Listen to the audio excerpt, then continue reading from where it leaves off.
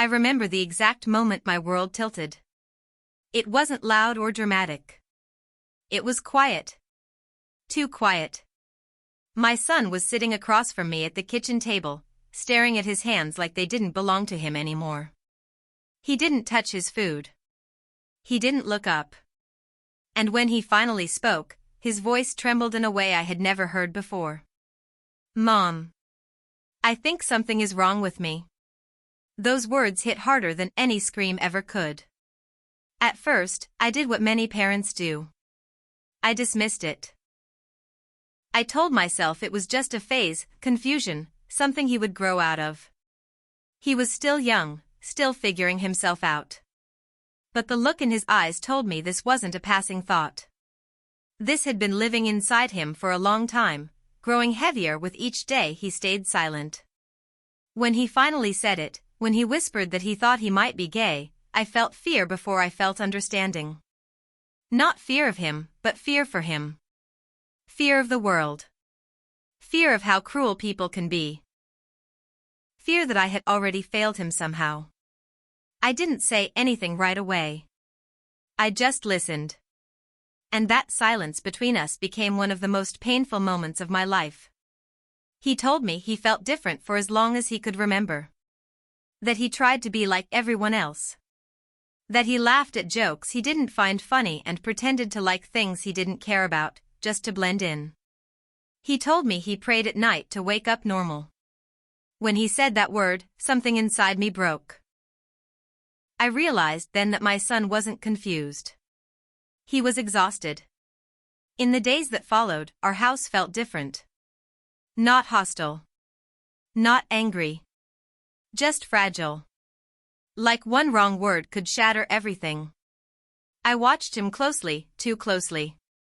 I noticed how he avoided mirrors, how he flinched at casual questions about school, how he retreated into himself more and more. And I made a decision. Not a perfect one. Not even a smart one. But a decision I thought came from love. I decided I would help him. At first, helping meant talking. Long conversations late at night when the rest of the house was asleep. I asked questions I had never dared to ask anyone before. I tried to understand feelings I had never personally felt. Sometimes I said the wrong thing. Sometimes I hurt him without meaning to. And sometimes he shut down completely, reminding me how thin the line was between support and pressure. I suggested therapy. He resisted. Not because he didn't want help, but because he was afraid it meant something was wrong with him. That word again. Wrong. I hated that word. So instead, I tried something else. I tried exposure. I encouraged him to spend time with different people, different environments, different ideas. I told myself that if he explored enough, clarity would come. But deep down, I was also hoping, selfishly, that he would come back and tell me it had all been a mistake. That hope is hard to admit. But it's the truth. There were moments when I saw him smile again. Moments when he laughed freely, like the weight had lifted. And then there were moments when he grew distant, almost resentful, as if my attempts to help felt more like control. One night, we had a fight. A real one. Voices raised. Doors slammed. He accused me of trying to change him instead of accepting him. I accused him of giving up on himself too easily. The moment the words left my mouth, I knew I had crossed a line. He looked at me with tears in his eyes and said, "You don't know what it's like to hate yourself for something you didn't choose."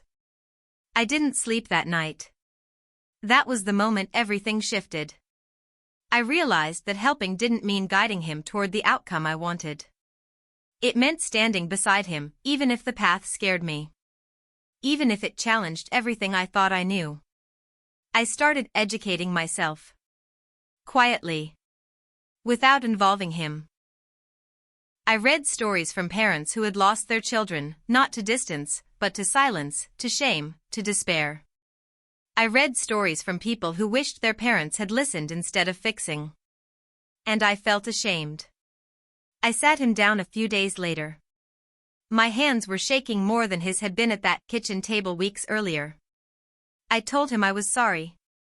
Not the casual kind of sorry, but the kind that digs deep and hurts to say. I told him I didn't have all the answers. That I was scared. That I was learning. He didn't forgive me right away. And I didn't expect him to. Healing didn't come in one conversation. It came in fragments. In shared meals. In car rides with no music. In moments where we simply existed together without trying to define anything. Over time, I saw him stand taller. Speak more confidently. I saw the same child I had always known, but stronger, more honest. And I understood something that still stays with me to this day. My son didn't need me to fix him. He needed me to stop fixing myself through him. Helping him wasn't about changing who he was. It was about changing who I was as a parent. Letting go of fear. Letting go of expectations.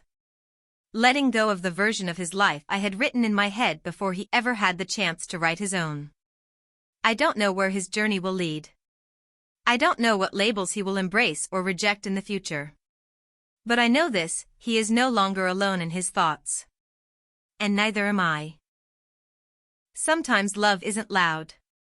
Sometimes it's not confident. Sometimes love is sitting in discomfort and choosing not to run from it. And if helping my son taught me anything, it's this: understanding begins the moment control ends.